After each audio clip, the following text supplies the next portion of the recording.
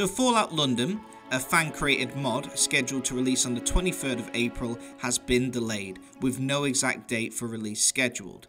The mod, which has been in the works for 5 years, which has a map bigger than Fallout 4's, had to cancel its plans to release after Bethesda announced a next-gen update for Fallout 4.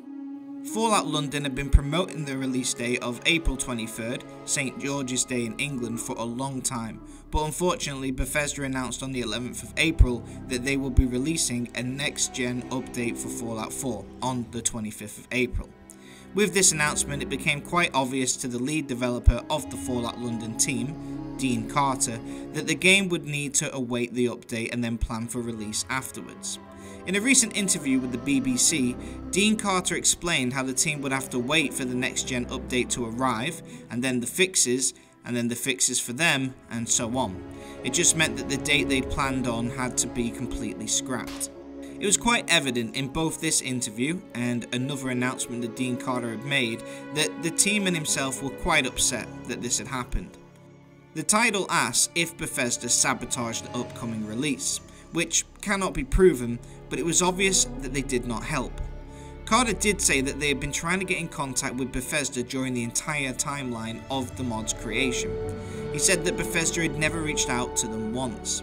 They had featured some of the content from the London expansion, including putting the art on their loading screen, but they had never had an in-depth conversation with Bethesda Studios. From the tone and words that were used, it appears that Bethesda knew of Fallout London's existence, but did not attempt to assist, support, or even keep the London team in the loop. The team had set their final release date, 23rd of April, 4 months ago. They were completely taken by shock when on the 11th of April, Bethesda announced that the next-gen update would be coming just 2 weeks later. It quickly hampered the team and delayed the project indefinitely until they were able to catch up with the new changes. It was a devastating moment for both the creators and the fans. The project had been in work for 5 years and had been a completely voluntary body of work, meaning that the team had put tens of thousands of hours and huge sums of personal funds into creating the mod. They had gotten the project down to the final polishing and testing, and they greenlit the release for St. George's Day. And then just 2 weeks before the mod rolled out, Bethesda announced a next-gen update, and that was that. In Carter's most recent interviews, he explained how he could no longer commit to release date as it's now out of his hands. So, did Bethesda sabotage Fallout London? Well, let's look into it and find out. Quick side note, I'm a new channel, so if you're new here, please consider subscribing. It would absolutely mean the world. Anyway, back to the video. So what is Fallout London? Well, it's a team of fans who, in their own time and using their own funds, had decided to build a mod expansion for Fallout 4, based in the city of London. Dean Carter, known also as April, who is the lead developer, explained how he and his friends would discuss the possibility of there being a Fallout game in the capital of the United Kingdom, London. At first it was just an idea, but then COVID struck in 2019. With the world going into quarantine, a lot of us had to find new ways to pass time, new hobbies. April decided to start coding and began working on making this concept of Fallout London a reality. This same year, the dedicated YouTube channel released a trailer. It showcased some of the work that they had been doing and the concept in general. This video would go on to gain 3 million views, and they knew that they were clearly onto something. After the exposure and love from the fans, the team decided to go for it. They committed 100% to this project, and it just continued to grow. What originally had just been a concept quickly transformed into a mammoth of a game. For the past 3 years, a dedicated team of 50 core members and 200 individuals contributing all together had spent tens of thousands of hours on the game-sized mod Fallout London. The map would be bigger than that of Fallout 4's entire map and the Far Harbour expansion combined. 3,764 cells to cover all of 15 unique boroughs, each with its own aesthetics and vibe. From the leafy suburbs of Bromley to the skyscraper-riddled central London, each borough was uniquely designed and handcrafted. It would have 337 interiors to view, collectibles such as 123 comics, beer mats and other items, 121 weapons unique to the original game, 514 different clothes, 64 foliages, 425 handcrafted architecture unique to this mod, and 203 consumables.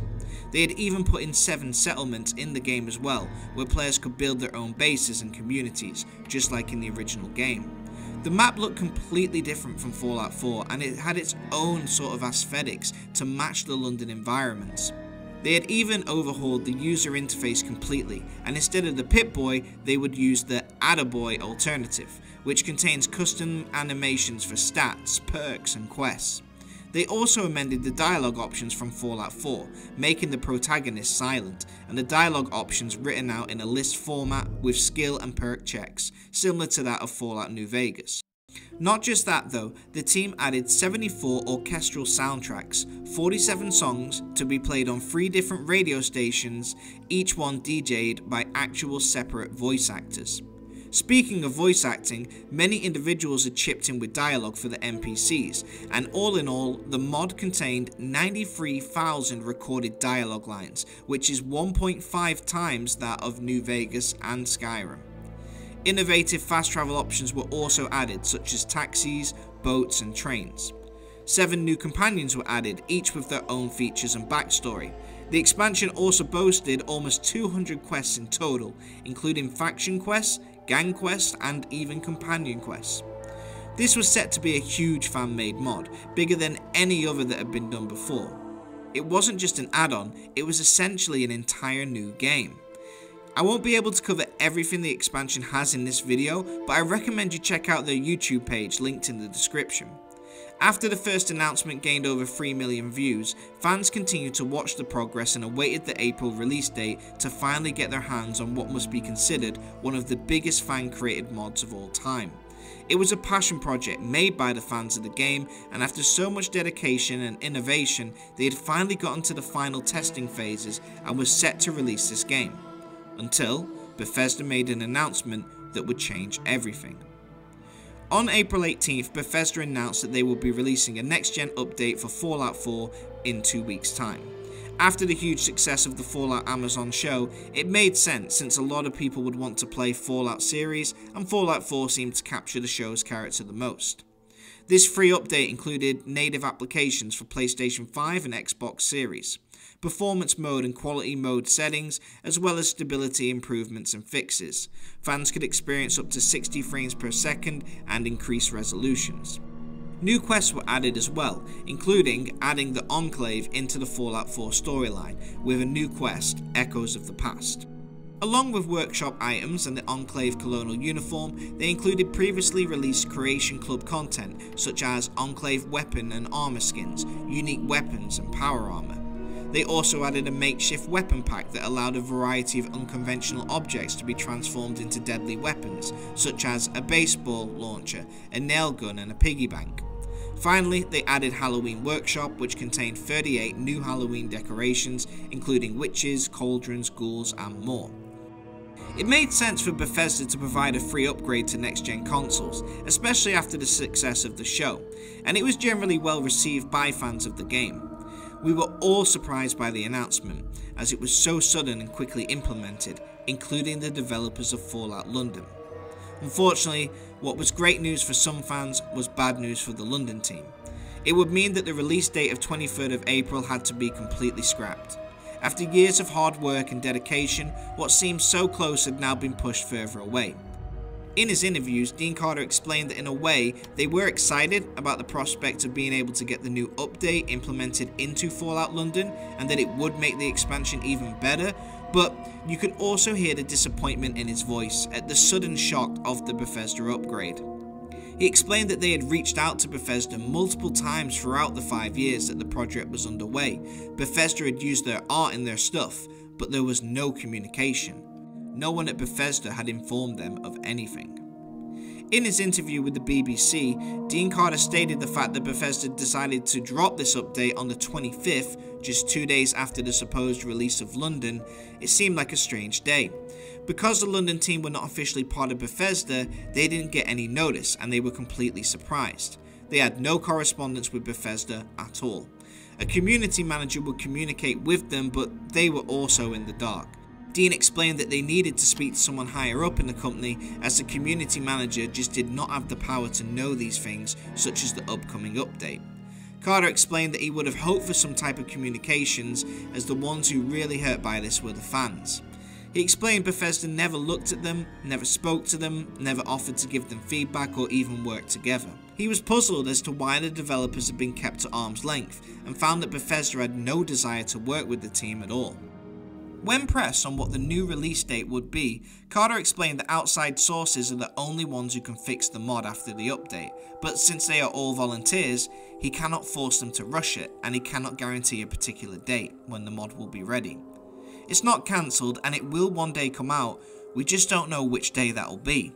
It's out of their hands at this current time. So, did Bethesda sabotage Fallout London?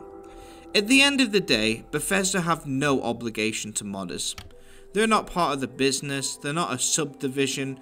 One of the risks modders take is that this stuff can happen. You're modding someone else's game, you're not making your own, so you're sort of at their mercy. Can you really be mad that Bethesda wanted to release a free update and maximize the show's success? No. Are they required to communicate updates to every single modder? No. But does it suck? Absolutely. I can understand Fallout London's pain. I mean, imagine spending so much time, 4 years, countless hours, personal funds just to see it all collapse. I mean, you'd be upset too. Carter has said in both interviews that it's not Bethesda's fault and he protected them from any fallout from the fans, which I commend him for. However, online I've seen that people have come after him, saying that he's whining or complaining. He's sunk tens of thousands of hours into this project, dedicated money into it and 4 years of his life.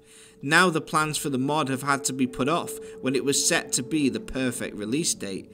You'd be upset too. And if you're watching this video saying that you wouldn't be upset, well then that's very unique, because most people would be devastated. He understood that at the end of the day Bethesda are not obligated in any way to notify him. I think he was just venting the frustrations that a lot of us would feel if we'd done so much work. But the one thing that I am aware of is that one day Fallout London will come out. The game is set to be even bigger than Fallout 4. The map looks amazing. The voice acting, the radio stations, the side quests, the factions, there is so much that they've put into this. And I for one am extremely excited about getting the opportunity to play it. So at the end of the day, did Bethesda knowingly try to sabotage Fallout London's release date? The answer's no. They didn't go out of their way to specifically plan that date. It's just very, very unlucky. The Fallout London team will just have to push their plans back, but at the end of the day we know that they're doing an amazing job, and I for one cannot wait to see the end result once their amazing mod is released. But that being said, I do think Bethesda can learn from this. As I said, they're not required to communicate with all the modders, but I kind of think they should, or at least for huge projects like this. Bethesda's business model is dependent on the community making mods. Skyrim still lives on today despite having come out over 13 years ago. The reason? The fans. They would put hours into making mods, and players would then have something new to experience and a reason to play the game again. The same happened on Fallout 4. Even their update includes fan-created content from mods. At the end of the day, Bethesda makes games, but it's the fans who make them successful or not. In fact, when they released the anniversary edition of Skyrim, most of the content added to the game was from the Creation Club. Mods that fans have made for free were snapped up by Bethesda and then sold for profit. Fallout 4 has so many mods and it keeps people playing the game. It's made by the fans for the fans. So many people make these mods just for the passion of the game. They don't demand money, they don't work for Bethesda, they probably work full-time jobs, but they do it for the other fans just to make them happy. It's gaming, and it's a hobby that we all share, and the mod community is the heartbeat of Bethesda's most successful games. At the end of the interview, Carter explained how he had pumped loads of his own personal money into the project, and then the end goal was to give out a free product. That's love. That's passion and love for a video game. They put thousands of hours into this project just to share with other fans, and they don't even want a penny in return.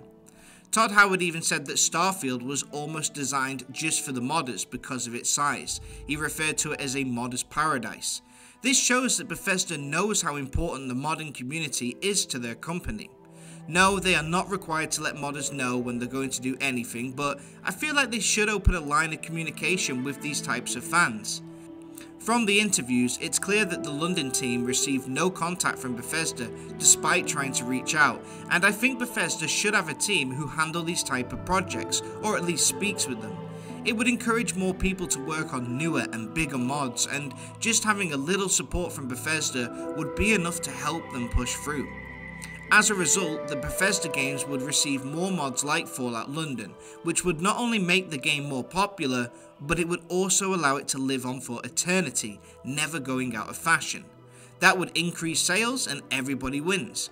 So, although Bethesda are not required to communicate anything with the mod creators, I think they should, and I think it would help them become more successful.